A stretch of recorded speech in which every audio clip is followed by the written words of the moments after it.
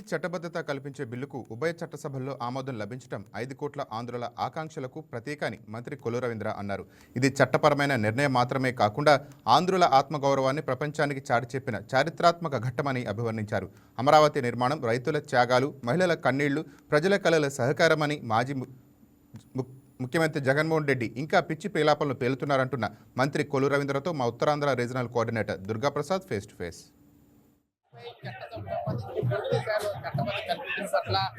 విశాఖతో పాటు అనకాపల్లిలో కూడా కూటమి నాయకులతో సర్వత్రా అర్థం చెప్తే ఈ నెలలో మనతో పాటు మంత్రి కొల్లు రవీంద్ర ఆయన పాటు అడ్జస్ట్ చట్టసభకు సంబంధించి పార్లమెంట్ కానీ రాజ్యసభ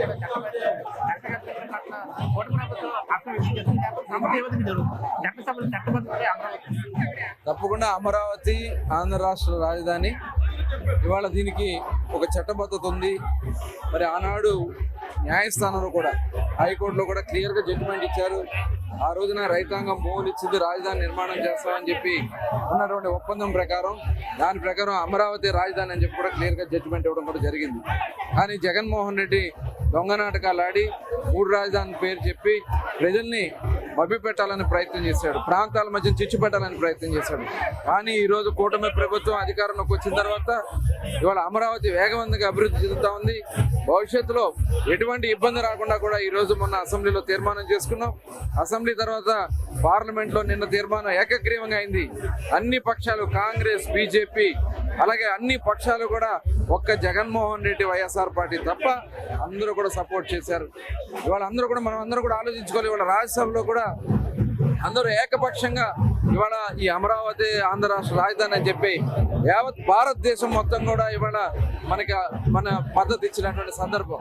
కానీ ఒక మహమ్మద్ బిన్ తుగ్లక్ లాంటి జగన్మోహన్ రెడ్డి ఇవాళ మావిగన్ననో లేకపోతే ఇంకోటనో మాట్లాడి ఇవాళ బాయ్కాట్ చేసి వెళ్ళిపోయినటువంటి సందర్భాన్ని ప్రజలందరూ కూడా గమనించారు. ఈ రాష్ట్రం భవిష్యత్తు కోసం మనం కష్టపడతా ఉంటే ఈ రాష్ట్ర భవిష్యత్తుని నాశనం చేయడం కూడా మాట్లాడుతున్నటువంటి వ్యక్తి జగన్మోహన్ రెడ్డి. ఆంధ్రుల కళల రాజధాని అమరావతి, అలాగే ఆంధ్ర రాష్ట్రం మొత్తం కూడా అభివృద్ధి చెందుద్ది, అభివృద్ధి వికేంద్రీకరణ జరుగుద్ది. ఆ రాజధాని ఒకటే ఉంటుందని కూడా తెలియజేస్తాం. పార్లమెంట్ కూడా కాంగ్రెస్ పార్టీ ముందు కానీ వైసీపీ కొత్త నిర్ణయం తీసుకొచ్చారు జగన్మోహన్.